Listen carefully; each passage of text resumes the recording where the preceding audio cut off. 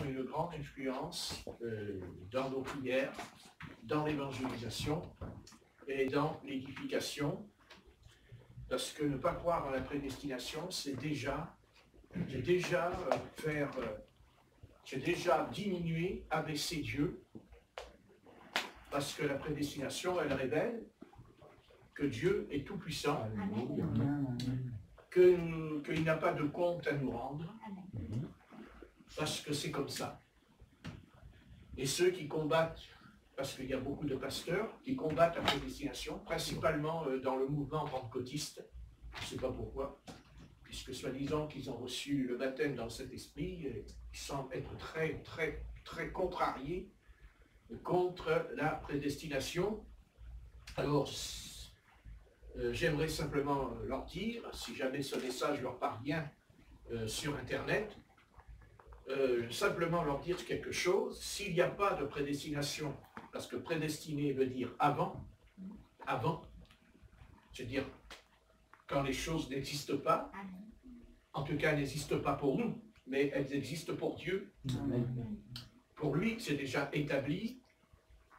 Et simplement, je peux répondre à ceux qui luttent contre ça, qui combattent contre ça, sont dans l'erreur, parce que s'il n'y a pas de prédestination, alors pourquoi Dieu dit à Israël, je t'ai choisi parmi tous les peuples? Ça ne tient pas la route. Ça ne tient pas la route. Si Dieu dit qu'il a choisi Israël, si Dieu dit qu'il a choisi Abraham, Isaac et Jacob, c'est qu'il a choisi. Donc dans la prédestination, il y a un autre mot, c'est l'élection. Puisqu'il y a l'élu. Si on est élu, ça veut dire qu'on a été choisi. C'est que Dieu a décidé. Je sais que c'est difficile, et je conçois que c'est difficile à l'accepter, parce qu'on aurait cette pensée en nous de dire Dieu est injuste, Dieu n'est pas juste, puisque prédestiné veut dire toi je te destine à la vie éternelle, et toi je te destine à la condamnation éternelle. Et ça c'est très dur à comprendre. Pourquoi Dieu fait ce choix entre les uns et les autres parmi l'humanité? Ben, c'est pas compliqué, parce qu'en fait c'est pas compliqué. C'est parce que Dieu fait ce qu'il veut. Amen. C'est ça qu'on n'arrive pas à comprendre. L'humanité a toujours voulu diriger Dieu dans leur sens à eux. Mais Dieu ne se laisse pas faire. Deuxièmement, s'il n'y a pas de prédestination, ce soir, il n'y a personne de sauvé. Personne n'est sauvé s'il n'y a pas de prédestination. Parce que la prédestination est une doctrine apostolique qui a été établie même dans l'Ancien Testament. Maintenant, prédestiné, ça ne veut pas dire que je vais faire ce que je veux, moi. Mais Dieu, dans la prédestination, il a déjà établi un plan, il a déjà établi un dessein, ça c'est sûr, puisque s'il n'y a pas de prédestination, alors il n'y a pas non plus de prédestination pour son Fils, puisque dans l'Épître aux Hébreux, il nous est dit que son Fils a été établi dès la fondation du monde. Établi. C'est-à-dire qu'avant même qu'il y ait le péché, avant même que le péché est entré dans l'humanité, Dieu avait déjà prédestiné l'agneau. Prédestiné l'agneau. Et heureusement qu'il l'a fait, parce que personne ne serait sauvé. Pourquoi? Parce que si Dieu a prédestiné, c'est parce qu'il savait qu'il y aurait une force spirituelle, j'ai dit spirituelle, qui allait contrecarrer carrément cette force spirituelle qui vient du souffle de Dieu dans l'univers. Dieu savait que Satan allait s'opposer à lui. Certains pourraient même rétorquer, alors si Dieu a prédestiné, on pourrait aussi répondre, mais Dieu il a aussi prédestiné Satan. C'est-à-dire que Dieu aurait créé Satan, sachant qu'il allait faire le mal. Là aussi, on peut aller jusque-là, dans la pensée. C'est terrible. Seulement, Dieu n'a pas créé Satan. Il n'a pas été prédestiné, Satan. Satan n'a pas été prédestiné. Pas du tout. Pas du tout. D'abord, si Satan avait été prédestiné, il ne serait pas Satan. Parce que dans la prédestination, il y a l'élu. C'est-à-dire celui qui fera, tôt ou tard, la volonté du Tout-Puissant. Amen. Il ne peut pas faire autrement, puisqu'il a été choisi par Dieu pour faire sa volonté. Amen. Satan n'a pas été prédestiné, il a été créé, puisqu'il est écrit qu'il a été créé dans Ézéchiel, au chapitre 28. Mais dans cette création, l'Éternel savait très bien, enfin il le savait, que de toute façon, il allait s'opposer à lui. Mais Dieu a aussi prédestiné l'homme à être l'instrument qui allait renverser l'adversaire, qui allait renverser les puissances des ténèbres. Dieu comptait sur l'homme. Dieu s'attendait à ce que l'homme penche de son côté à lui. C'est ça que Dieu avait dans sa pensée. Il s'est dit, je vais créer quelqu'un, puisque j'ai créé Lucifer, puis c'est écrit, c'est écrit, il a créé Lucifer. Lucifer s'est révolté, s'est rebellé contre l'Éternel dans le ciel, puisque la révolte, elle a eu d'abord dans le ciel et pas sur la terre. D'abord dans le ciel. Et dans cette révolte, l'Éternel a dit, puisque tu n'as pas su garder ton rang, parce que Satan, lui, il n'avait pas à tomber. Parce que Satan, c'est un ange. C'est un ange déchu aujourd'hui, mais c'était un ange. Donc les anges n'ont pas le droit au salut, n'ont pas le droit à la repentance. Dieu ne propose pas la repentance aux anges. Soit ils restent des anges, soit ils deviennent des anges déchus. C'est-à-dire qu'ils ont choisi. Parce qu'ils peuvent choisir. Pourquoi? Parce qu'ils n'ont pas d'âme. Ils n'ont pas une âme comme nous. C'est pour ça que Dieu a mis en nous une âme. Pourquoi? Parce que Dieu compte sur notre âme, parce qu'elle est dotée d'un don qui s'appelle « J'ai la possibilité de choisir entre le bien et le mal. » Je peux. Même si je ne suis pas prédestiné, je peux encore choisir. Et Dieu compte là-dessus. Car Dieu a le pouvoir, même si je ne suis pas prédestiné, mais si moi j'ai décidé que j'irai contre tous les vents, contre toutes les tempêtes de ma vie, que je resterai avec Dieu, volonté ou pas, Dieu change d'avis. Dieu change d'avis. Dieu, c'est comme un navire sur la mer. On sait que le navire va au gré du vent. Je ne parle pas des navires d'aujourd'hui, je parle autrefois qu'il y avait, il y avait les voiles. Comprenez? Et c'est le vent qui poussait le navire au sud, au nord, à l'est, à l'ouest, selon le vent. Le vent venait de l'ouest, le navire il allait à l'ouest. Ou alors il fallait lutter, puisqu'il fallait combattre. Il y avait donc le capitaine, les marins qui luttaient sur le bateau, sur le navire, contre les vents. Mais c'était terrible pour eux, parce qu'ils rencontraient aussi les vagues qui allaient contre eux. Mais Dieu, il considère que comme les marins, si nous voulons, coûte que coûte, nous opposer au péché, nous opposer au mal, bien sûr, ayant reçu quand même la connaissance que le salaire du péché, c'est la mort, bien sûr, c'est par la connaissance. Cette connaissance nous vient par révélation. La révélation, cette révélation, elle a encore été bien plus profonde avec le Christ, puisque Christ a déchiré le voile. Amen. En nous, il a vraiment déchiré ce voile. Et Dieu dit, car nous avons vu des âmes qui suivaient le Seigneur pendant 20 ans, qui étaient remplies de l'Esprit Saint, et qu'un jour sont tombent dans le péché, ou tombent même dans une secte, ou dans une hérésie. Dieu le permet. Que je sois prédestiné ou pas, Dieu le permettra qu'à un moment donné, je serai confronté à la tentation.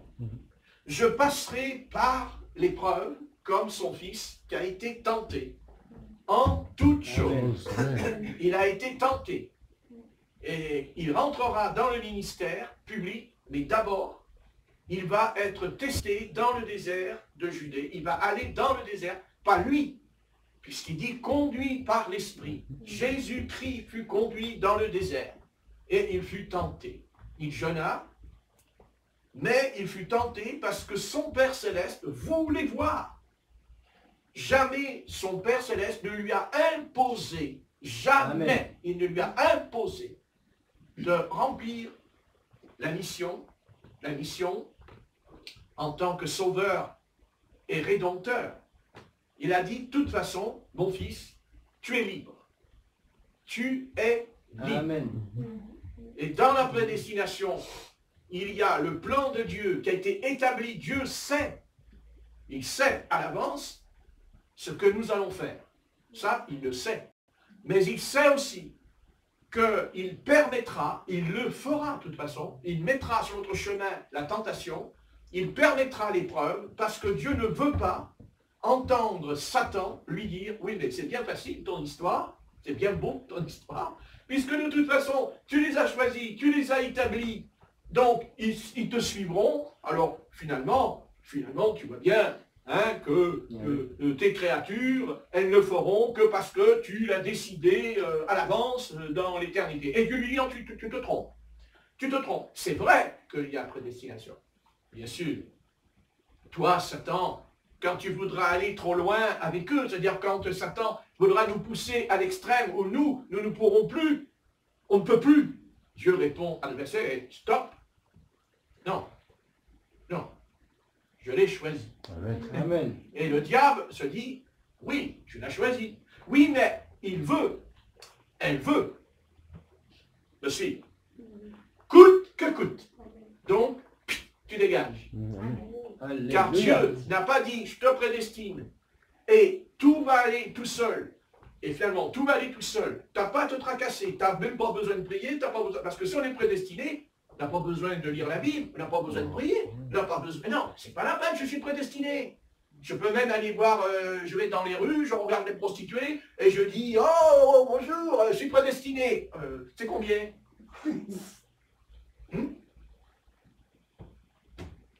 Je vous répondrai, si je suis prédestiné, je ne le ferai pas. Amen. Mais Dieu permettra que je sois tenté.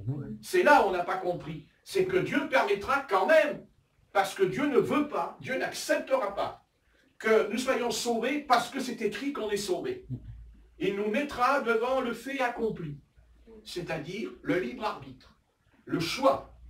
Et Dieu a permis, et Dieu sait qu'il nous a prédestinés. C'est écrit dans Éphésiens 1, chapitre 1, versets 3 à 6. Mais Dieu aussi, dans la prédestination, il a dit, oui, mais attention, j'ai donné la loi, j'ai promulgué la loi, et la loi, elle dit, si tu obéis à ma voix, si tu ne fais pas ceci, si tu ne fais pas cela, il y a les 10 commandements. Et dans les 10 commandements, Dieu ne dit pas, ah, je t'ai prédestiné, tu vas le faire.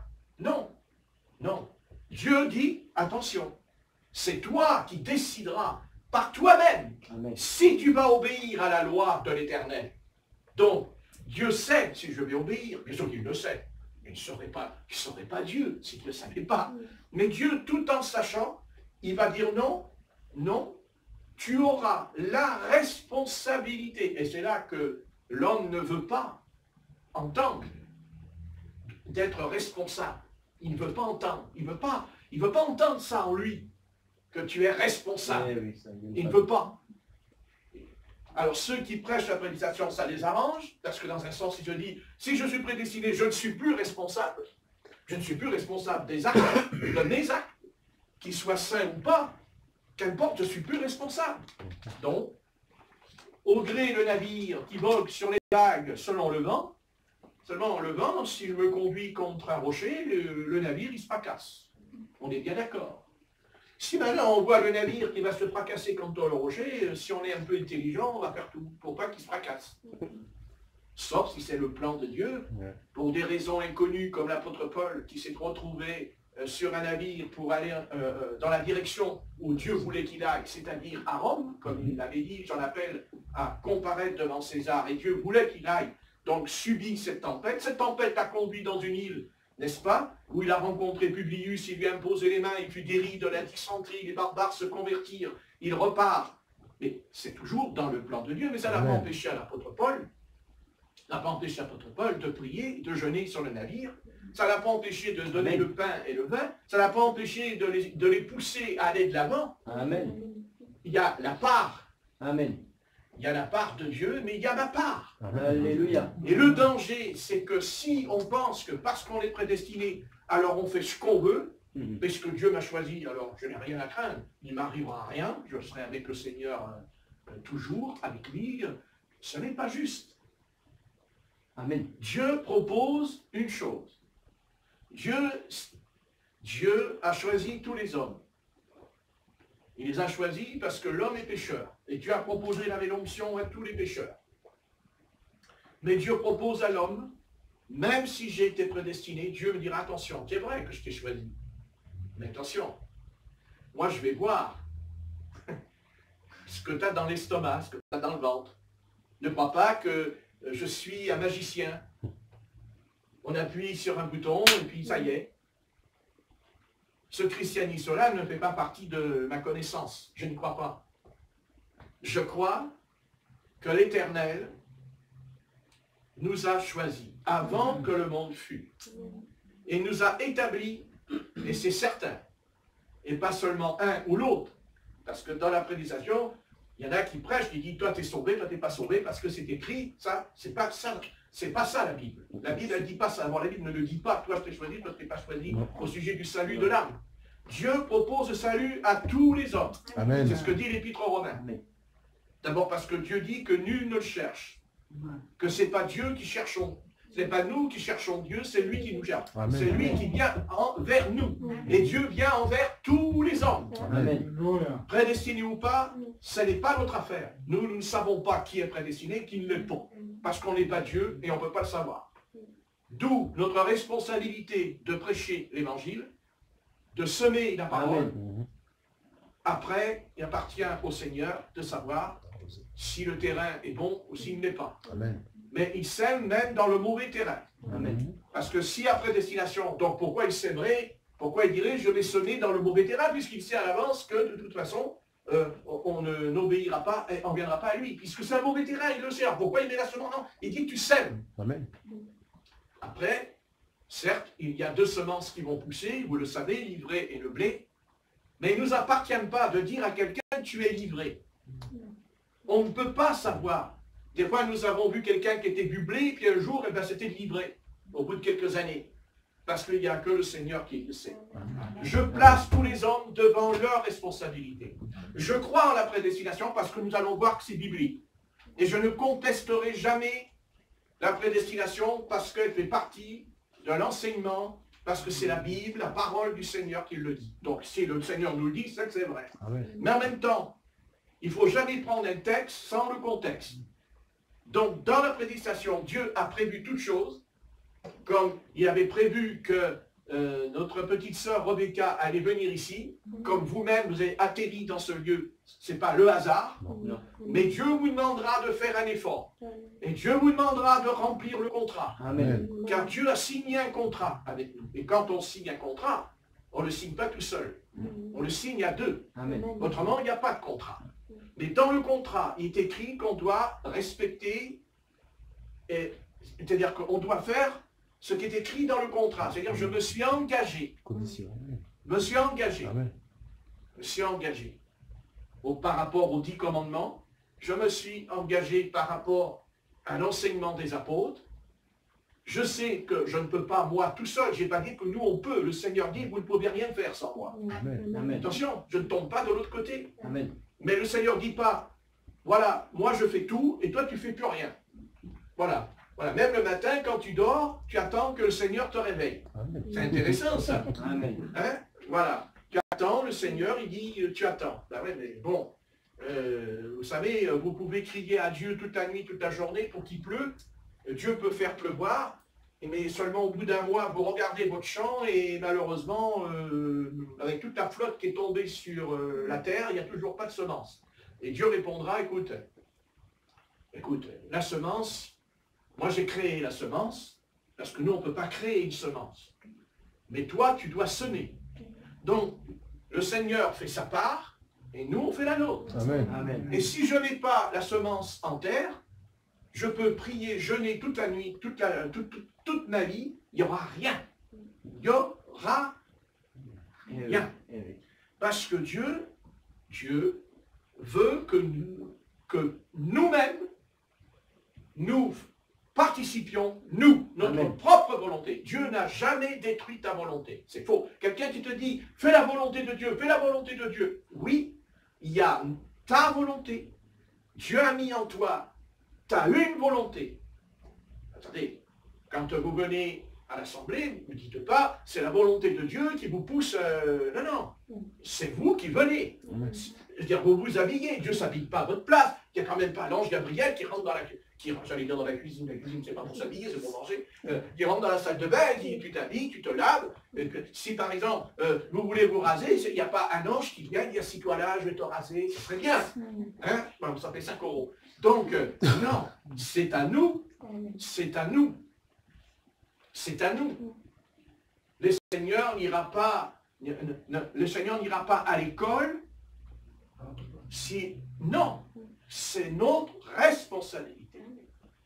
Et on doit faire notre part. Amen. Amen. Maintenant, si on est faible, alors le Seigneur viendra à notre aide à condition que nous lui demandions. Parce que, attention, Amen. il faut aussi lui demander. Amen. Oui. En lui disant, Seigneur, tu connais ma faiblesse. Dieu répond, mais je la connais ta faiblesse.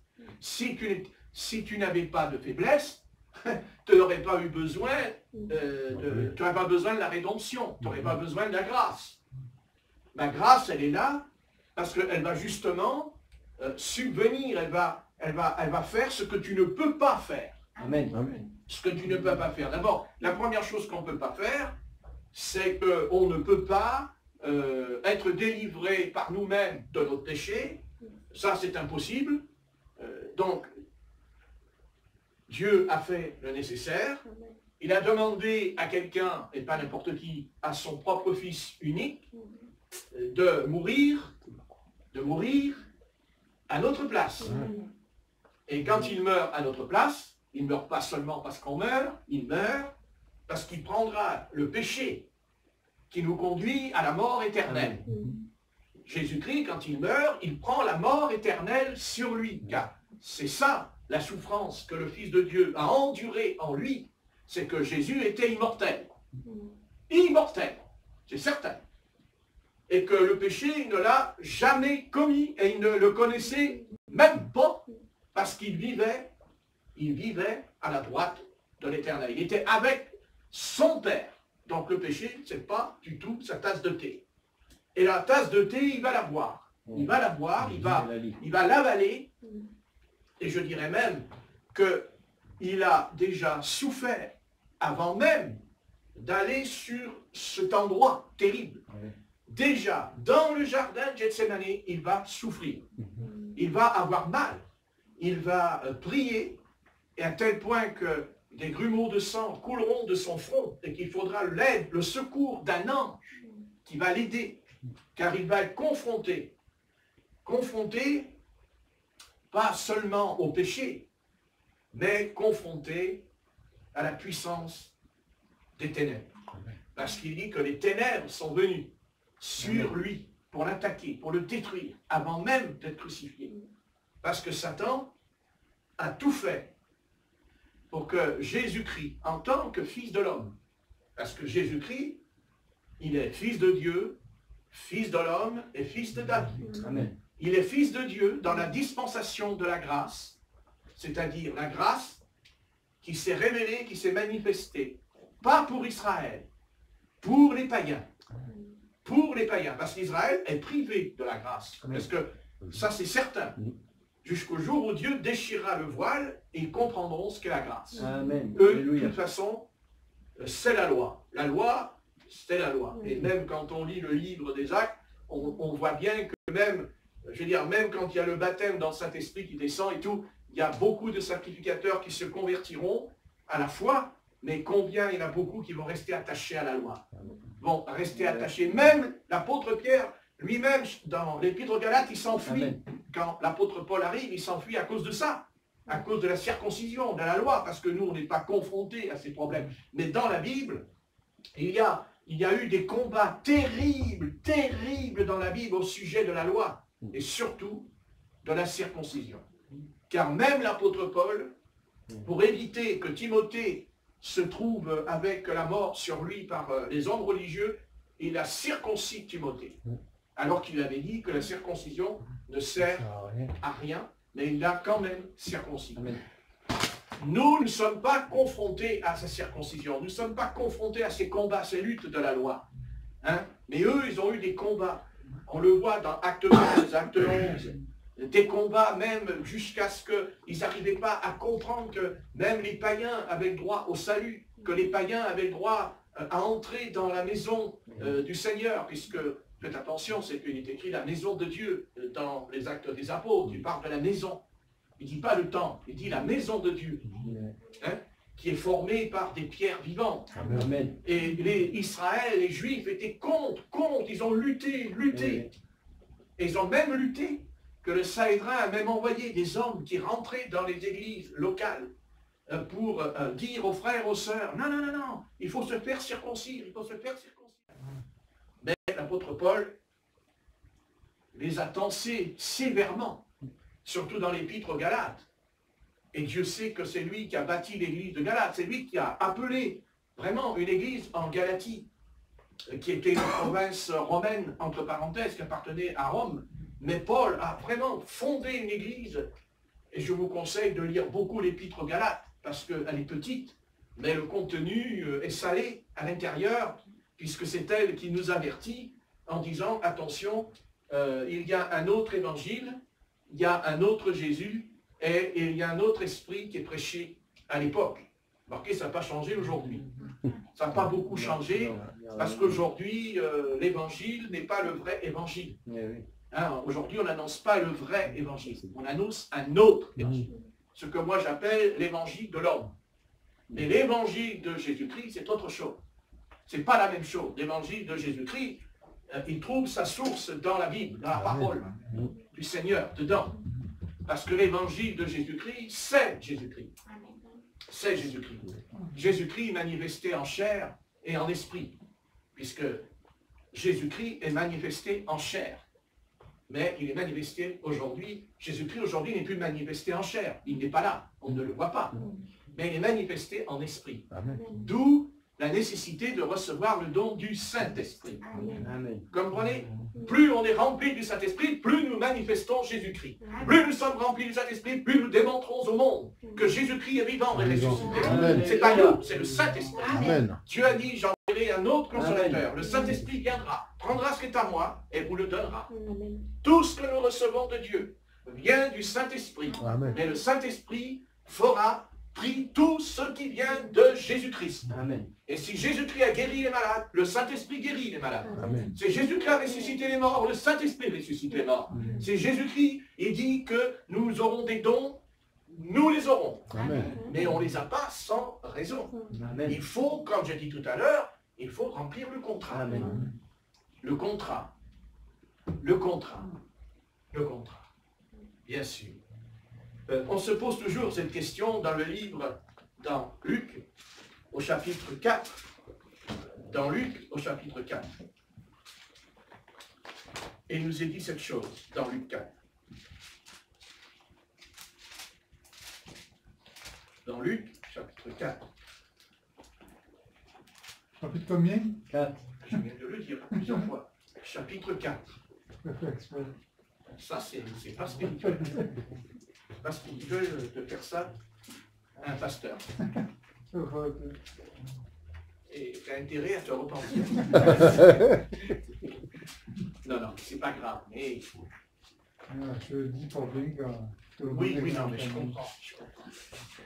Bon, on verra. Il y a quelqu'un qui se chargera de ce problème, tu verras. Je ne sais pas si c'est ta esprit, mais ça va être pire. Donc, chapitre 4, verset 1. Il nous est dit, Jésus, ça me plaît. Amen. Ça ne vous plaît pas? Amen. Oh, que c'est beau! Jésus. Voilà. Alléluia. Ah, tout est dit, tout est fait. Hein. Jésus, bien sûr, les païens ils vont dire que Jésus, bon, hein, mais nous, quand on dit Jésus, on a le contenu des 4 évangiles, on a le contenu de ce qu'il a dit, et surtout de ce qu'il a fait. Ouais. Quand on dit Jésus, on a tout compris. Voilà. Hein? Jésus. Pourquoi? Ah, parce que c'est le nom qui est au-dessus de tout. Amen. Alléluia. Parce que ce nom, c'est pas l'homme, la femme qui l'a révélé. Elle l'a donné, parce que c'est l'ange qui a dit tu lui donneras le nom. Mais c'est l'ange qui révèle à Marie, qui s'appellera Jésus.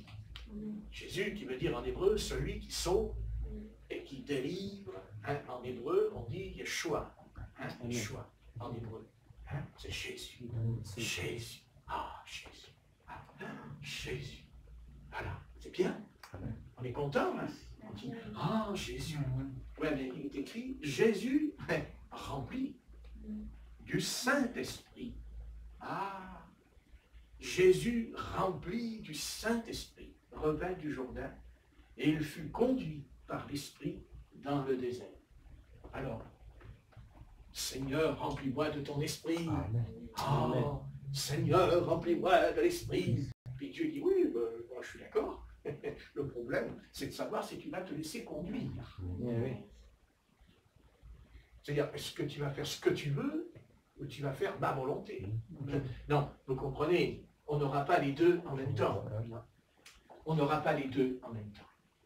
Ça n'existe pas. C'est l'un ou l'autre. Donc, nous allons voir c'est quoi l'un ou l'autre. C'est ça qui est intéressant. Bon, on le sait, il fut tenté par le diable pendant 40 jours. Bon, bref, il jeûne. Jésus jeûne. Ah, jeûner. Pasteur, parle-nous de tout dans la Bible. Ne nous parle pas de jeûner.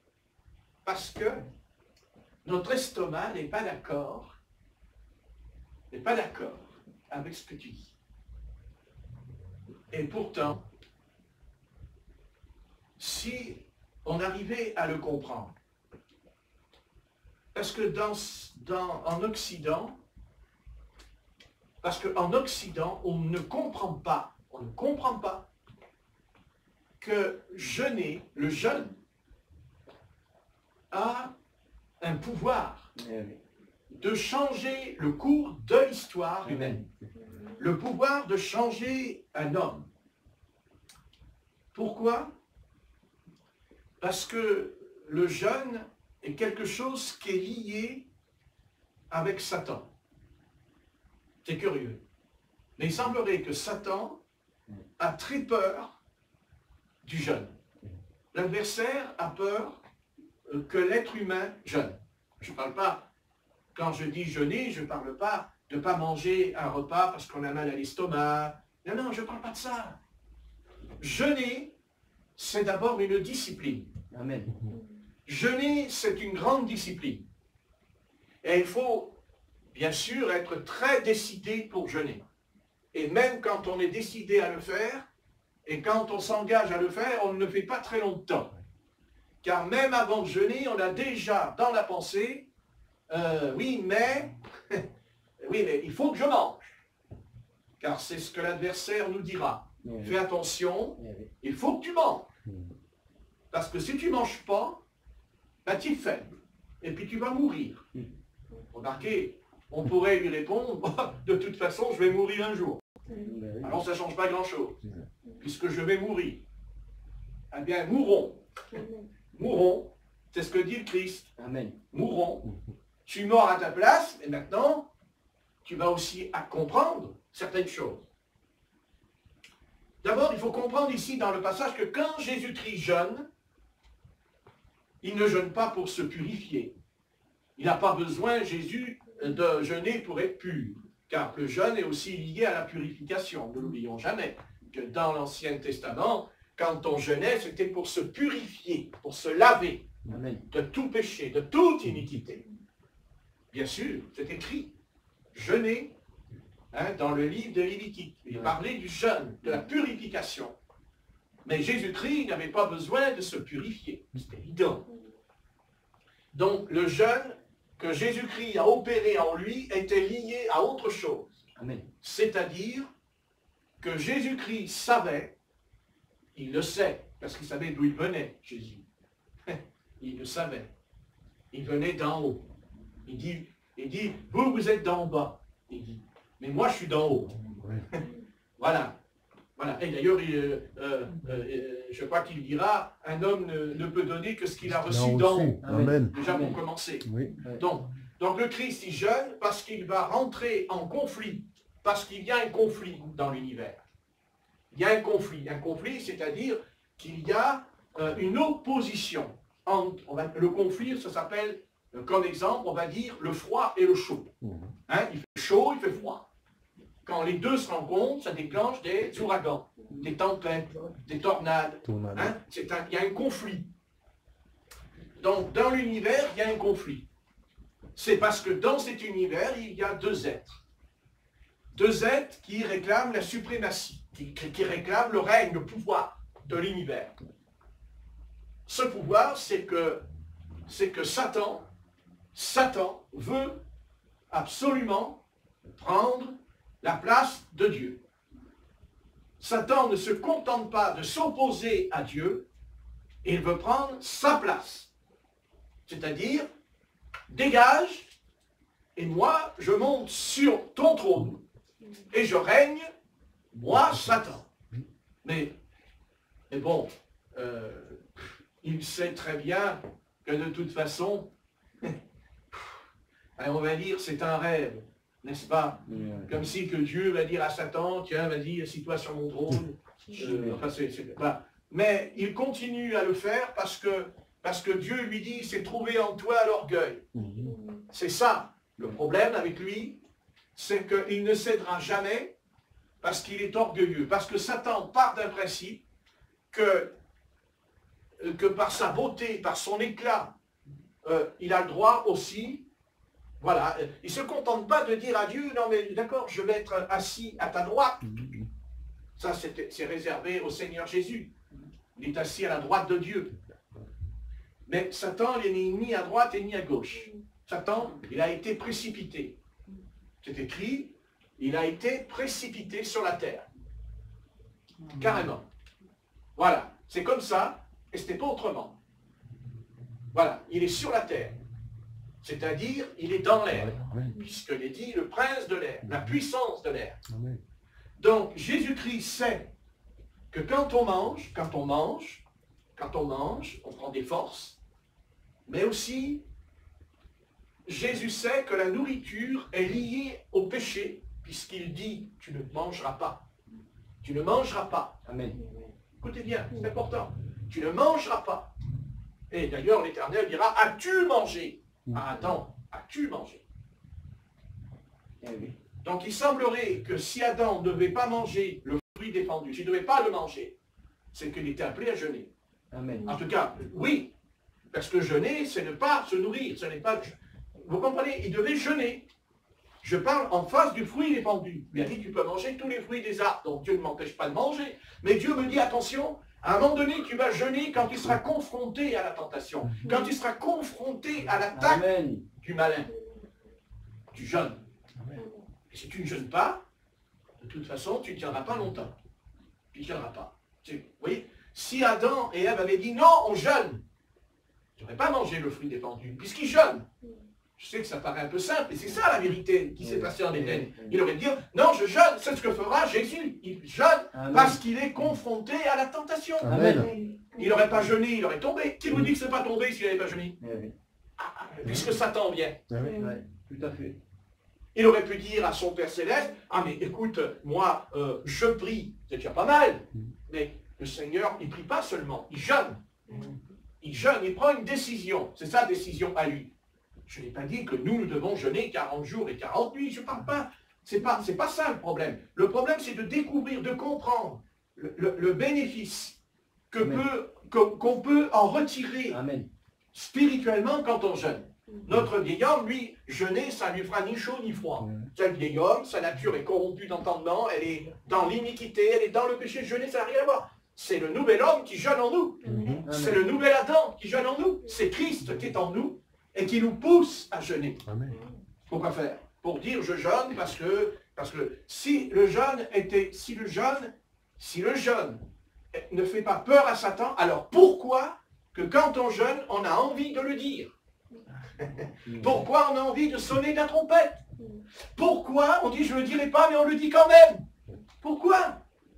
Parce que ça touche les profondeurs de l'océan divin en nous. Parce que Jésus jeûnera, parce qu'il va rencontrer Satan.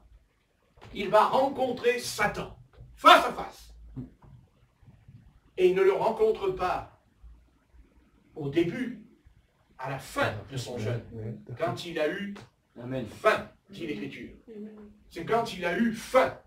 Donc on en revient à la prédestination. Finalement, Dieu prédestine son Fils dès la fondation du monde. Il est l'agneau immolé qui ôte le péché du monde. Mais Jésus-Christ, en tant qu'agneau, va jeûner. Mais Satan ne viendra que quand il aura faim. Pourquoi? Parce que Dieu lui dit, quand tu auras faim, mon fils, on verra quelle décision tu prendras. Prédestiné ou pas. Pour exprès. Non, c'est d'un coup. J'ai reçu. Voilà. C'est-à-dire que Dieu voulait me donner la preuve maintenant en moi, en disant ce que tu as dit ce soir, c'est bien ce que tu as dit. Parce que c'est vrai.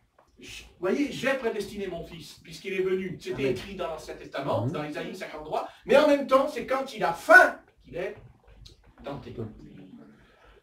Puisque quand il n'a pas faim, il n'est pas tenté. Parce que s'il n'avait pas eu faim, il n'aurait pas été tenté, il n'aurait pas été attaqué par le mal, le malin. Donc, ça veut dire que nous avons en nous une part de responsabilité. Amen. Et avons en nous notre propre volonté.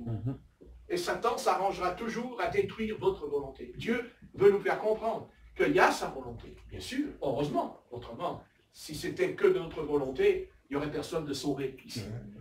Non. Le salut, c'est son problème à lui. Il s'est engagé, c'est son problème. Il a même rempli le contrat. Je dirais même que le salut est une dette. Car on ne le dit pas assez souvent, mais le salut, c'est une dette qui a été payée. Amen. Amen. C'est une dette qu'on ne pouvait pas payer. Quand on a une dette, quand on doit de l'argent à quelqu'un, si on ne l'a pas, soit on va nous le prêter, ou soit quelqu'un va nous le donner. C'est toujours quelqu'un d'autre. Et on avait une dette envers Dieu, nous avons une dette envers Dieu. C'est que nous avons transgressé les 10 commandements, nous avons transgressé la loi de Dieu sur le mont Sinaï. Donc, on est redevable. Pour ainsi dire, on est redevable. Et bien sûr, puisqu'on ne peut pas payer la dette, mais c'est quoi cette dette? C'est qu'il fallait que nous soyons rachetés. Il fallait que nous soyons délivrés de nos péchés. Et ça, on ne peut pas. On ne peut pas. On ne peut pas. Donc il fallait quelqu'un d'autre qui va venir et qui va payer la dette.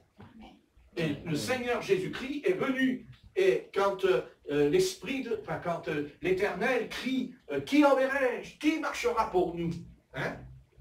Et dit Ésaïe, qui marchera? Et une voix retentit, moi! Moi, ton fils unique, envoie-moi. Tisse-moi un corps. Tisse-moi un corps. Voilà. C'était, vous comprenez? C'était le Verbe qui a crié. C'est pas une deuxième personne. Il y en a assez avec ça. À tous les livres que j'étudie, il faut à chaque fois que j'étudie un livre des pasteurs, à chaque fois quand ils enseignent, allez, Dieu, 3 personnes, Dieu, la Trinité. Non, c'est fou. Et quand ils font ça, alors ça enlève tout, ça démolit tout, la réalité dedans quand je lis. Dieu est esprit. Elle a dit, qui enverrai-je? C'est pas une personne qui l'a envoyé. Il a envoyé le Verbe qui était en lui. Amen. Donc, si le Verbe, qui est le Fils unique, sorti du sein du Père, c'est pas une autre personne, c'est Dieu lui-même, qui est devenu chair, homme. Je conçois et je comprends que Dieu qui est esprit, tout étant en haut, puisque Jésus prie et dit, Père qui est aux cieux, mais en même temps, il dit à Philippe, ne crois-tu pas que le Père est en moi? Ça veut dire que Dieu remplit le haut et le bas. Amen. Il est tout en même temps. Amen. Il est Père dans le ciel, il est Père dans le Fils. Eh oui, et c'est ça qu'il a fait.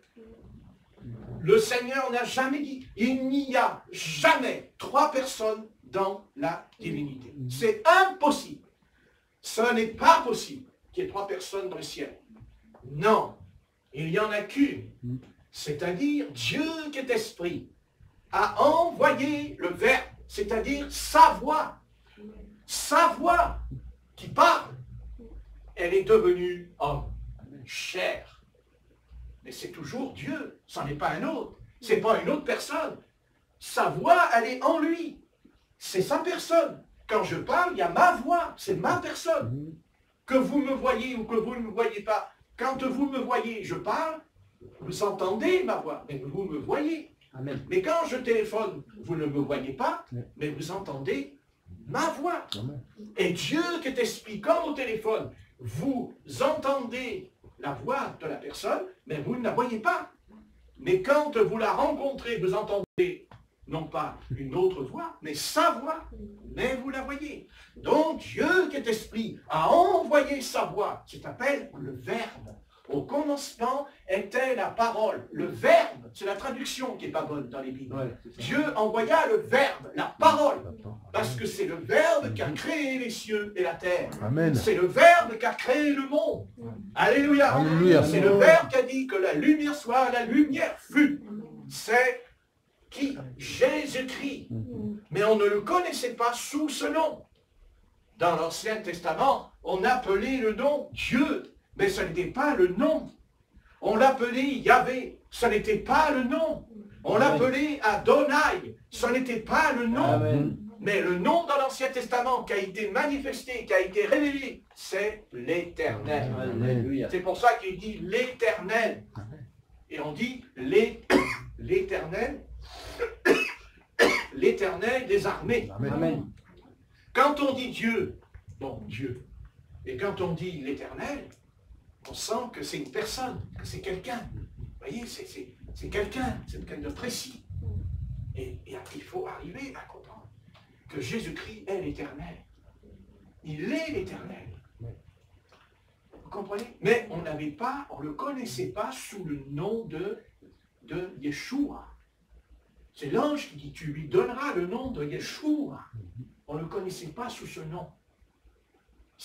Jésus est le nom de Yahvé. Il est le nom de Adonai. Il est le nom de Shaddai. Amen. Abraham ne connaissait pas le nom. Moïse ne connaissait pas le nom. Il a dit, quel est ton nom? Et il lui a dit, je suis celui qui suis. Mais ce n'est pas le nom. Quel est le nom de je suis? Qui est ce je suis qui est venu dans le buisson ardent, dans le Sinaï? Quel est ce je suis qui a ouvert la mer rouge? Quel est ce... C'est ça. Qui est-il? Comment il s'appelle? Moïse, il dit, quel est ton nom? Pourquoi? Mais parce qu'on reconnaît une personne par son nom. On identifie quelqu'un par son nom. Quand je dis Stéphanie, Stéphanie, elle dit, ah, c'est moi. C'est pas quelqu'un d'autre. Stéphanie, c'est pas... c'est Stéphanie. Hein, je dis, bonjour Stéphanie. Hein, il y a quand même un Georges qui se pointe, qui dit, oui, je suis là. Oh, t'as changé Stéphanie. Oh, bah dis donc, t'as changé. Ah, t'as des lunettes, t'as les cheveux courts, t'as une super chemise. Hein? Hein? Ah ouais, il y en a qui aiment les chemises. Ah, donc, voilà, mais non. Et c'est vrai ou pas? Si, quand on part, je dis Nicolas prie, c'est Nicolas qui prie. Et quand il prie, qu'est-ce qui se passe? On entend sa voix. On dit que c'est Nicolas, c'est sa voix. On le voit. De toute façon, quand il est là, si on ne le voit pas, c'est il faut en avoir un coup dans l'aile. Hein? Mais s'il est au téléphone, je ne le vois pas. Quand mon téléphone, quand ça sonne, je décroche mon téléphone et j'entends, c'est Nicolas. Attendez, si c'est Nicolas, c'est pas le président Macron. C'est évident. Parce qu'il a une voix. Je la reconnaîtrai. Parce qu'il parle à la télé. le président Macron de la République, parce qu'il faut attention, il faut dire président de la République, autrement on a des ennuis. Hein. Donc, pour dire président de la République, on dit que c'est sa voix, on le reconnaît. Hein. Quand il nous raconte ces histoires, on dit, bon, on a compris, on te comprend, c'est ta voix. Vous comprenez, quand on entend le Premier ministre, quand on entend le ministre de l'Intérieur, quand il parle, c'est pas le président qui parle, c'est un autre. Et qu'on le voit ou qu'on ne le voit pas, on les reconnaît, parce qu'ils ont une voix. Même s'ils ont envie de se planter je ne sais pas où, on les reconnaîtra quand même, par la voix. Et on reconnaît Dieu, on connaît Dieu, parce que Dieu a une voix. Parce que Dieu a dit, mes brebis entendront ma voix, et mes brebis connaissent ma voix. Alléluia. Parce qu'elles connaissent, elles entendent la voix du bon berger. Et dit, un étranger, il entend, mais il ne peut pas, parce qu'il n'a pas, et ça c'est important, parce qu'il n'a pas le don de discernement. Amen. Quand on reçoit le Saint-Esprit, le Seigneur nous donne tout de suite le don de discernement. Il est obligé de nous le donner. Autrement, on tomberait dans une secte, on serait séduit par l'adversaire. Et il nous faut le don de discernement. Et c'est quoi le discernement? C'est de la psychologie? Non, c'est un don. Le discernement, c'est qu'à un moment donné, nous discernons que la personne qui parle ou qui se sert du nom du Seigneur est faux. Parce que c'est faux. Parce que les démons peuvent imiter. Parce que les démons se déguisent en anges de lumière. Mais il y a le don de discernement. Nous discernons, nous avons le discernement. Et discernement ne veut pas dire juger par l'apparence, comme l'a fait d'ailleurs le prophète Samuel avec le choix, quand Dieu dit « j'ai trouvé un homme selon mon cœur », qui était le roi David, et non pas, comment il s'appelle bon, bref, hein, voilà, ses frères, c'était pas, non, Eliab, il a vu Eliab. Ouais. Il a dit, oh, c'est lui le roi de l'Éternel, oh, c'est lui le roi de Dieu. Il est venu, sa corne d'huile, il a dit, oh là là, oh Messie, là là là, de l'apparence, il est grand, il est fort, il a des cheveux, tout, et oh là là, puis il a l'épée là avec lui, hein, et là il s'approche avec sa corne d'huile, Samuel, il dit, allez, viens là, je te oigne, le Seigneur t'a choisi. D'un seul coup, il y a l'Éternel, il dit, non. Ensuite, ah bon? Non. Ah ben ça alors, moi je suis le prophète Samuel. Et quel prophète? Quel? Parce qu'on parle très peu, c'est vrai, on parle très peu du prophète Samuel. Mais on oublie que ce prophète, tout petit, il ne restera pas avec sa mère. Il ne grandira pas avec ses parents. C'est un garçon qui est à part. Hein. Il ira dans le temps. Combien d'ailleurs sa mère a tenu sa parole. Hein. Elle a dit, mais si j'ai un enfant, elle a dit, je le consacrerai à l'Éternel. Et dès qu'il a été sevré, elle l'a amené vers Élie le sacrificateur. Elle l'a amené et elle a dit, voilà, lui qui lui a dit.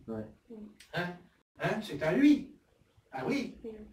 Et il lui a dit d'ailleurs, dans un an, il a dit, l'année prochaine, tu auras un enfant. Ah ouais, il avait dit, tu auras un enfant dans un an. Et un an après, elle est tombée enceinte. Elle est tombée enceinte. Ah, la parole de Dieu, c'est terrible. Ah, c'est terrible, pas terrible pour les méchants, pas pour nous.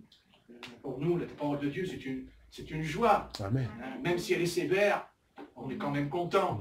C'est pour notre bien. Et elle tombe enceinte, mais elle a tenu sa parole. Elle a fait un vœu. Parce que vous savez qu'il dit qu'on peut faire des vœux dans l'Ecclésiaste. Et elle a fait un vœu. Et elle amène ce petit garçon. Et ce petit garçon n'a rien dit. Il n'a ni pleuré. Il ne s'est jamais plaint. Il n'a pas dit où est ma mère, où est mon père. Parce qu'il avait un père, il avait une mère, il avait un foyer. Et cette maman, cette mère qui a eu ce garçon dans son sein, elle l'a amené. Elle l'a laissé, mais elle dit qu'une fois par an, elle montait et qu'elle amenait à chaque fois une tunique qu'elle faisait avec ses mains parce qu'il avait grandi. Évidemment, c'est sûr. Petit garçon, au bout d'un an, il était quand même un peu plus grand. Et c'est elle qui, voilà, vous vous rendez compte, la puissance du renoncement en elle. Parce que demander à une mère qui était stérile, qui ne pouvait pas avoir un enfant, et qu'elle en a un, et Dieu, vous vous rendez compte qu'elle va l'amener. Non, parce qu'il y a aussi qu'elle ne pouvait pas l'avoir, et elle l'a eu. Alors combien elle aurait pu le garder, dire, oui, mais j'ai mon enfant, et elle l'a amené. Et cet enfant n'a jamais rien dit. Et dans le temps, il a entendu tout petit la voix de l'Éternel. Amen. Il dit, Samuel, Samuel, voici ce que je vais faire en Israël. Alors il s'est levé, il a été voir le sacrificateur, il dit, tu m'as appelé, tu m'as parlé. Il dit, non, moi je ne t'ai pas appelé, moi je t'ai pas appelé du tout. Je t'ai pas appelé, alors il retourne se coucher, et après ça recommence. Samuel, Samuel, je l'avais dit, tu m'as appelé. Non, moi je t'ai pas appelé. Marquez le sacrificateur, il n'avait pas beaucoup. Excusez-moi, il n'était pas très spirituel, parce qu'il a fallu 3 fois pour comprendre que c'était l'Éternel qui était en train de parler à l'enfant. Donc je vous demande, il faut voir dans quel état il était, dans quel état il était spirituellement. Hein? D'ailleurs, il était aveugle aussi, et il mourra aveugle, puisqu'il va se fracasser le cou contre la colonne, il s'appuie sur la colonne, et quand tu lui annonces qu'Israël a été vaincu, que ses 2 fils sont morts, parce que bon, il avait 2 fils, alors c'était épouvantable, hein, ce qu'il faisait, là, il couchait avec les femmes dans les tentes, hein, puis aussi avec la nourriture, la marmite, la viande rouge, hein, voilà. Mais en attendant, ce petit garçon n'a jamais rien dit. Ah oui, ça c'est quelque chose, ça, il n'a jamais rien dit, elle est toujours avec Dieu, toujours avec Dieu, toujours avec Dieu. Ah, ça on pouvait être comme ça, hein, toujours avec Dieu, toujours avec Dieu. Amen. Ah oui, et pourquoi il a entendu la voix de Dieu? Parce qu'il était consacré. Amen. Parce qu'il était un petit garçon. Et qui aussi, attention, il ne faisait pas que prier, hein, il devait s'occuper du temple, hein, il devait le nettoyer les bassines, tout ça. Ah bah oui, il travaillait, hein, un petit garçon, il travaillait. Et bien sûr, il avait aussi l'enseignement, parce que, attendez, il y avait la loi, hein, il était enseigné et tout petit déjà. C'est ça. Mais quel garçon, quelle consécration. Et il est devenu un prophète, alors puissant. Mais Samuel, le prophète Samuel, c'était énorme. Et surtout qu'il ne faut jamais oublier que ce sera le dernier juge qu'il y aura en Israël. Hein, c'est le dernier juge. Car Samuel est un juge, c'est le dernier. Parce qu'il y en a eu 14. Et c'est le 14e juge. Et il va aller au-delà de tout ce qu'on aurait pu. C'est quand même lui qui sera l'instrument pour établir le premier roi d'Israël. Hein, parce qu'il n'y avait pas de roi en Israël. C'est Saül. C'est lui le premier. Hein. Il a un ministère énorme. C'est une responsabilité énorme. Hein. Il avait une onction particulière, Samuel, parce qu'il a oint Saül. Et plus tard, il va oindre David. Hein. C'est un homme qui avait la puissance de l'onction en lui. Il transmettait l'onction royale, puisque le Seigneur était le roi des rois, hein, puisque l'Éternel dira, c'est pas toi qu'ils ont rejeté, mais c'est moi. Hein, parce qu'ils ont dit, Israël a dit, on veut un roi qui règne sur nous. On veut un roi comme les autres nations. Et Dieu dit, vous voulez un roi? Ben, je vous en donner un roi, moi. Hein? Et qu'est-ce qu'il fait, l'Éternel, quand il dit, ah, vous voulez un roi? Eh bien, il prendra vos filles, il prendra vos garçons, il les fera travailler dans son champ, et il prendra ceci, il prendra cela, et on dit, ah non, c'est pas grave, ça fait rien, ça fait rien. Nous, on veut un roi comme les autres. Et pourquoi il voulait un roi comme les autres? Parce qu'il voulait faire exactement comme les autres sur le plan du péché. Donc, il ne voulait plus avoir l'Éternel comme roi, parce qu'ils avaient compris qu'il faudrait chaque fois aller vers le roi et lui rendre des comptes. Et ils n'avaient plus envie de rendre des comptes. Ils n'avaient plus envie. Vous comprenez? Ils voulaient se débarrasser des juges aussi. Parce que les juges, c'était quoi? La justice. Hein? Tu ne marchais pas droit, tu allais mourir à coup d'épée. Il dit tu dévoueras par interdit avec l'épée. Et ça, Israël ne voulait plus. Donc, ils voulaient un roi. Ils voulaient un roi. Ils veulent un roi. Comme aujourd'hui, ils veulent aussi un super-homme. Hein? Aujourd'hui, c'est l'humanité, elle veut un super-homme, hein? Elle veut un génie, hein? C'est ça, hein? Un génie, elle veut un homme qui va tout résoudre, tous les problèmes, tous les problèmes. Ah oui, il nous faut un super... Mais alors, il nous faut du... Tiens, il faut de l'essence, que ça soit du superbe. Hein? Voilà. Il faut quelque chose de super, quelque chose qui... Hein? Voilà, il faut quelqu'un là. Quelqu'un, vous savez, c'est comme les moutons, vous savez, ils ont besoin, tu sais, les moutons, suivent le berger, les moutons. Ouais. Alors que si c'est un berger, c'est pas grave, mais si c'est le diable, c'est autre chose. Hein? Ah oui, et c'est pour ça qu'ils vont, pourquoi ils vont dans la rue? Écoutez, excusez-moi, ils descendent tous dans la rue, c'est quoi? Mais ça veut dire quoi? Mais ça veut dire qu'ils n'ont plus d'identité. Ça veut dire qu'ils s'identifient à la masse, ensemble. Ce qui conduit d'ailleurs au désordre, excusez-moi, qui conduit à la violence. C'est la masse. Vous comprenez? C'est plus l'homme qui choisit par lui-même, mais on est entraîné par la masse. Par la masse. Et pourquoi Satan il fait ça? Pourquoi Satan il fait ça? Hein? Parce que Satan il dit, ah oui, j'ai compris.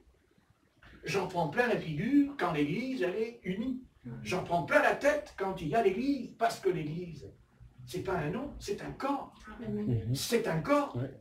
Le corps de Christ. Amen. Et dans le corps de Christ, il y a les 5 ministères apostoliques, il y a aussi les 9 dons spirituels, il y a le fruit de l'esprit, et le diable se dit, ah oui, effectivement, depuis que le Seigneur Jésus-Christ, le Christ a bâti une église, j'en prends plein la figure. J'en prends plein la figure.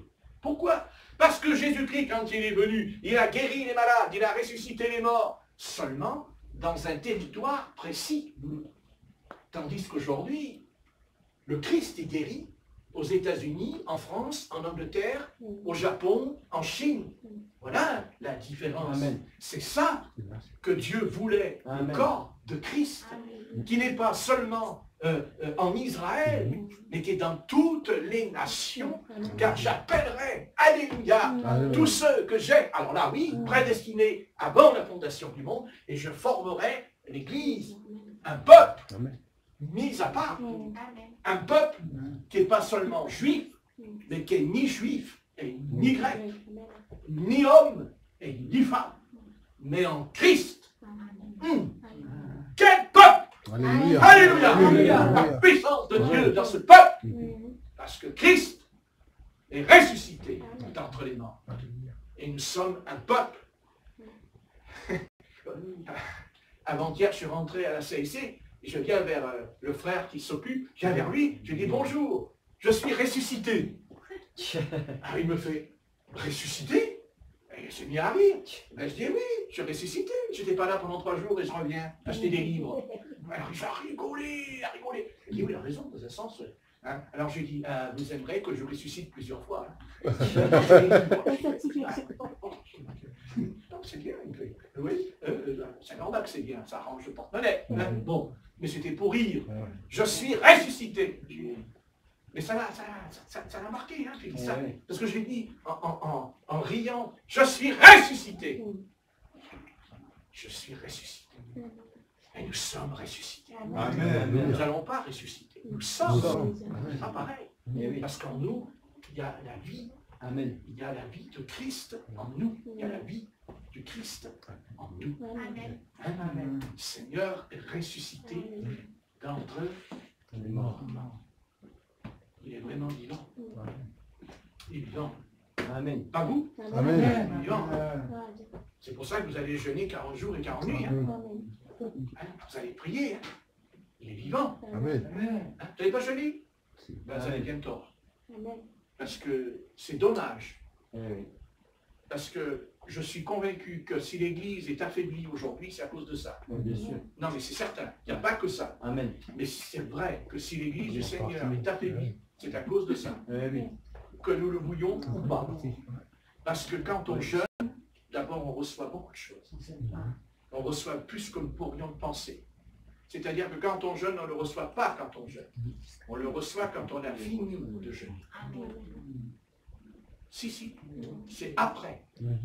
C'est pas pendant, c'est après qu'on a fini.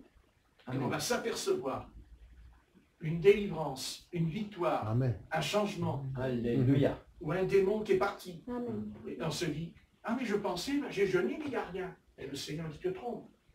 Tu te trompes. Tu te trompes tout le long. Parce que c'est impossible que quand on jeûne, il n'y ait pas quelque chose qui va changer. Parce que le jeûne va plus loin. Il dit, quand il chasse les démons, l'apôtre Pierre dira, mais pourquoi on n'a pas pu chasser ce démon? Et le Christ répondra, cette sorte de démon ne sort que par le jeûne et par la prière. C'est curieux que ça fait 2000 ans, enfin 3000 ans, qu'on lit ce passage, qu'on le prêche dans l'église pendant des années et des années. Chaque année qui passe, dans l'année, il y a toujours un petit peu ce message que je fais même ce soir encore. Et c'est étonnant qu'on est capable de tout capter sauf ça en nous. C'est-à-dire qu'on va capter tout, mais ce passage que Jésus dira, cette sorte de démon ne sort que par le jeûne et par la prière, on ne sait pas pourquoi, c'est pas, on s'en va, on quitte le passage, c'est un peu comme de l'eau bouillante qui s'évapore. Vous savez, il n'y a plus d'eau, à un moment donné, elle s'évapore. Pourtant, on ne l'a pas pris cette eau, on ne l'a pas jeté dans l'évier. Non, non, tout seul. Eh bien, je crois que quand on jeûne, je suis convaincu que Dieu envoie une réponse. Amen. Seulement, il ne faut pas jeûner une fois. Oui. Il ne faut pas dire je jeûne et puis hop, tout, ça y est, tout va changer. Non, au contraire. Il faut jeûner Persévérer. plusieurs fois. Il faut, voilà, et quand on jeûne, on ne jeûne pas pour maigrir. Il y a une sœur qui a dit, moi je jeûne pour maigrir. La pauvre sœur. Elle jeûnait, elle recommençait, mais elle mangeait le double. Elle était énorme. Elle dit, je ne comprends pas, je jeûne et je grossis. C'est pas étonnant. Hein. C'est pas étonnant. On jeûne, quand on jeûne, il faut d'abord jeûner pour quelque chose de précis. Amen.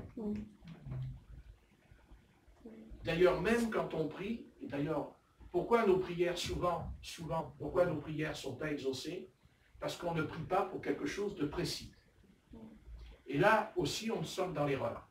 Parce que quand on prie, on doit demander quelque chose de précis. Amen. Et on doit s'attendre à ce qu'on a demandé à Dieu, on va le recevoir. Amen. Alléluia. Et si on prie comme ça, ceci, cela, c'est pas vrai. C'est la confusion en nous, et il n'y a pas de réponse d'ailleurs. On prie pour quelque chose de précis. Ça peut durer 1 mois, 2 mois, 3 mois, je n'en sais rien selon la patience divine, mais quand on dit à Dieu, voilà, je prie pour ça, je n'en sors pas, je reste là jusqu'à ce que j'ai reçu la réponse. Amen. Et tant qu'il n'y a pas de réponse, je continue. Et si c'est trop long, eh bien, on jeûne. Bon, c'est-à-dire qu'on met le jeûne dedans. Amen. Et la Bible dit, d'ailleurs c'est l'Éternel qui dit à Israël, elle dit, quand tu jeûnes, elle dit, tu ne fais pas entendre ta voix. Non, parce que jeûner, c'est faire entendre sa voix, dit l'Écriture. Hein? On jeûne parce qu'on veut que Dieu nous entende. On veut que Dieu entende notre voix. Il veut qu'on l'entende. Et si on ne l'entend pas, si Dieu n'entend pas notre voix, c'est qu'on n'a pas vraiment jeûné. Jeûner, c'est s'humilier. Amen. Jeûner, c'est se repentir. Amen. Jeûner, c'est dire à Dieu, je me repens. Ce que j'ai fait, c'est mal. Je me présente à toi et aujourd'hui, je jeûne. C'est-à-dire, je te montre par un acte que je ne mangerai pas aujourd'hui parce que, voilà, je veux que tu m'entendes. Parce que quand on jeûne, Dieu nous entend. Amen. Et pourquoi Dieu nous entend quand on jeûne? Parce qu'on a faim. Et quand Dieu voit, même quand on va dans la jungle, quand Dieu voit que les lions, quand il y a la sécheresse, ils n'ont pas à manger, Dieu va quand même faire quelque chose pour eux, il mettra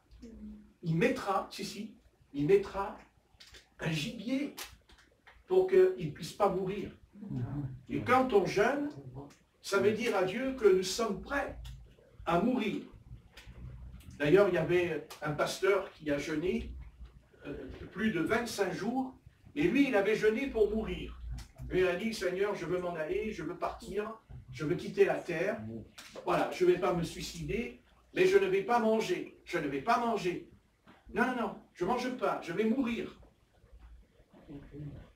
Et du coup, il n'est pas mort, hein, parce qu'il a reçu la puissance de Dieu, ce frère. Voilà. Parce que Dieu l'a entendu. Parce que quand on ne mange pas, c'est qu'on veut que Dieu nous entende. Amen. Amen. C'est un problème en Occident. C'est un problème grave en Occident. La nature humaine ne veut pas jeûner. La nature humaine veut manger. C'est en elle. Elle n'a pas la capacité. Elle ne peut pas. C'est plus fort qu'elle. Chez d'autres, c'est plus prononcé.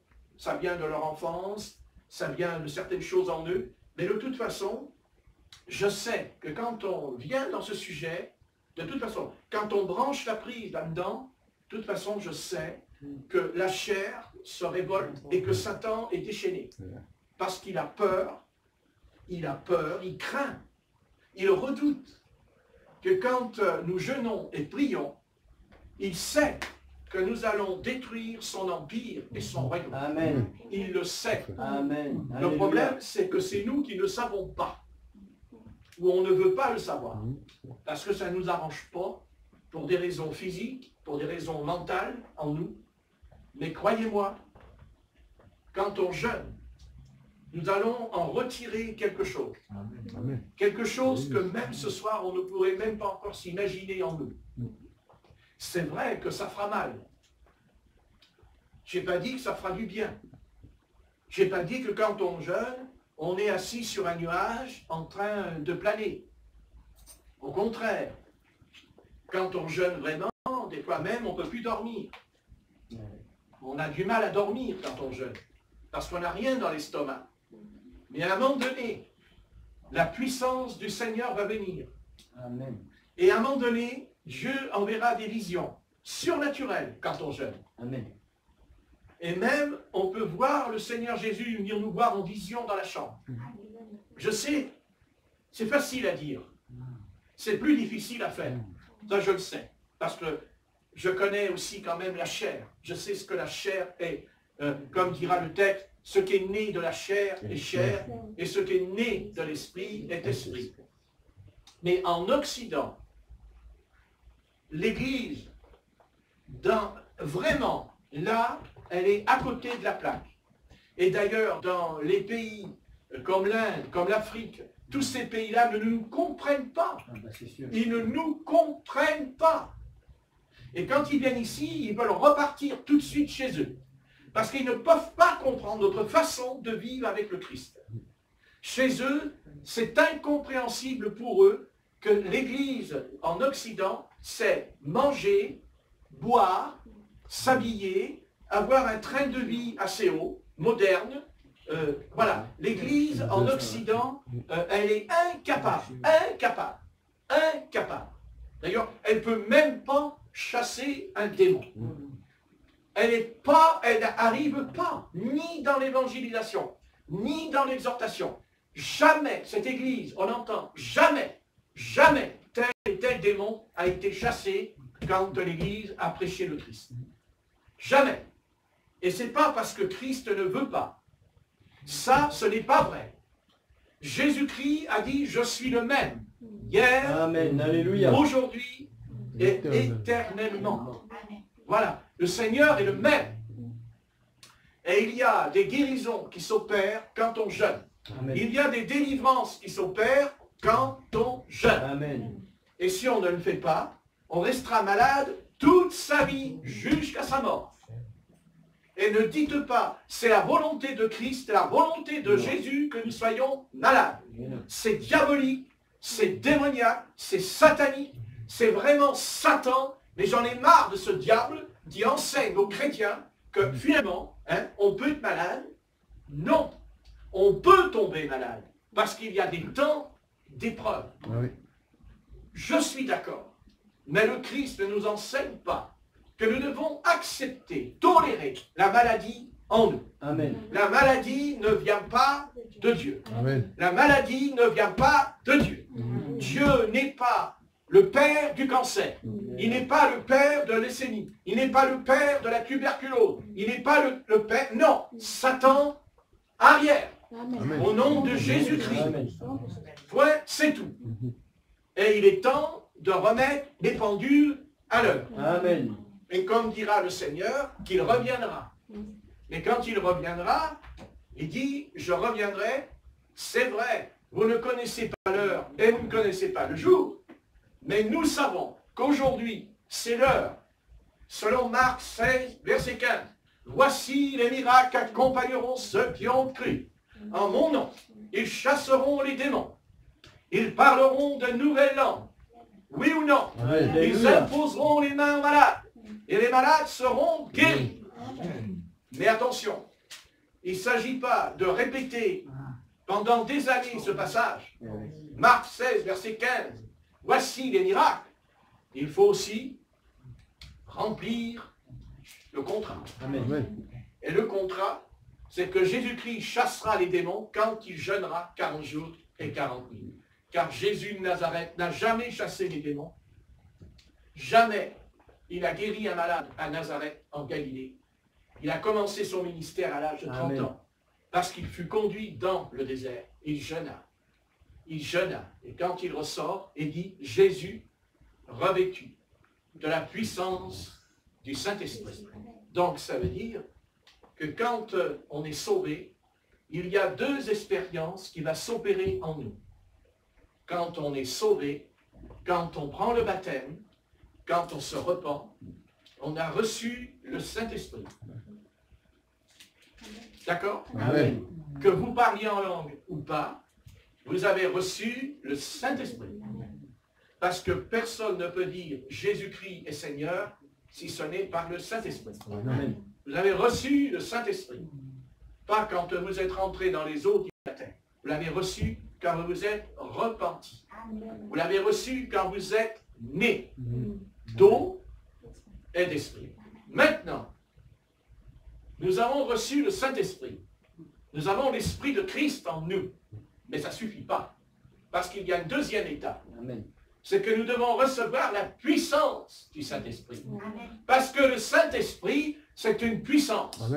C'est la puissance de Jésus-Christ. La puissance du Seigneur. Et la puissance du Seigneur, eh bien, elle commence d'abord par parler en d'autres langues.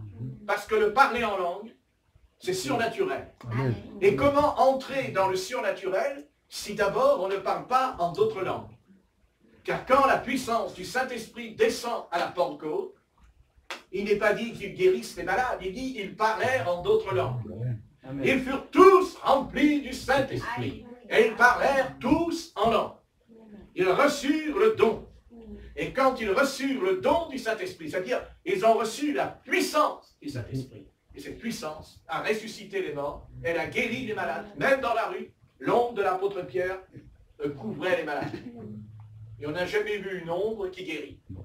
Pas plus qu'on n'a jamais vu une ombre qui s'enorgueillisse. Ça c'est sûr. N'est-ce pas? Hein? L'ombre, elle n'est pas orgueilleuse. Elle ne peut pas. L'homme est orgueilleux, mais pas l'ombre. Il dit que l'ombre de l'apôtre Pierre couvrait les malades. La puissance du Seigneur. Les apôtres, les prophètes, que ce soit l'ancienne ou l'ancienne alliance, de toute façon, quand ils recevaient l'Esprit sur eux, ils avaient ce qu'on appelle une onction. Une onction. Et l'onction, c'est être oint. Amen. Bien sûr, cette onction, on la reconnaît. Non pas parce qu'elle fait des miracles, parce que Satan, lui aussi, il envoie l'onction pour faire des miracles. On la reconnaît parce qu'elle a une odeur. Parce qu'elle a une odeur de vie. Alléluia. Parce que l'onction a la vie. Parce que l'onction nous donne la vie éternelle. Amen. Au nom du Seigneur Jésus-Christ. Mais l'onction, quand elle descend, les malades sont guéris, les démons sont chassés, les morts sont ressuscités. Et à l'époque, les lépreux étaient purifiés. Aujourd'hui, ça serait le cancer. Dieu veut nous envoyer l'onction. Dieu veut nous donner l'onction. Vous avez reçu l'Esprit, mais l'onction nous fait défaut. Il nous manque l'onction. Et pour la recevoir, il faut se consacrer au Seigneur. Amen. Il faut se consacrer à l'étude des Écritures. Amen. Il faut passer beaucoup de temps dans l'étude. Il faut se tenir devant Dieu et surtout, il faut jeûner. Amen. Parce que quand on jeûne, eh bien, ça fait partie de la crucifixion. Je n'ai pas dit que c'est le jeûne qui le crucifie. Mais en tout cas, il joue un rôle déterminant, puisque les apôtres jeûnaient eux aussi. Vous comprenez? Amen. Voulez-vous recevoir la puissance de Christ? Vous dites, ah, mais la puissance de Christ est réservée aux pasteurs, aux prédicateurs. Non, c'est faux. C'est un mensonge. Ça s'appelle les œuvres des Nicolaïtes. C'est vrai, c'est écrit dans l'Apocalypse. Hein, il dit, tu as haï les œuvres des Nicolaïtes. Hein, et pourquoi ces œuvres sont entrées? Parce qu'il dit, tu as perdu la flamme de ton premier amour. Voilà, la flamme du premier amour. Et peut-être que nous n'avons pas perdu, mais c'est vrai que la flamme du premier amour, avec les années, avec le temps, elle s'est éteinte. Hein, on ne l'a pas perdue. Hein, puisqu'Ésaïe dira à l'Éternel, n'éteins pas le lumignon qui fume, il ne brise pas le roseau cassé. Le Seigneur, il sait ce qu'il fait avec nous. Mais c'est dommage, parce que Jésus-Christ nous observe depuis des siècles. Et il a du mal à comprendre pourquoi nous n'arrivons pas à en venir là, à croire. Car il dit, voici les miracles, ceux qui croiront, tous ceux qui croiront. Amen. Pasteur, simple croyant, si tu crois,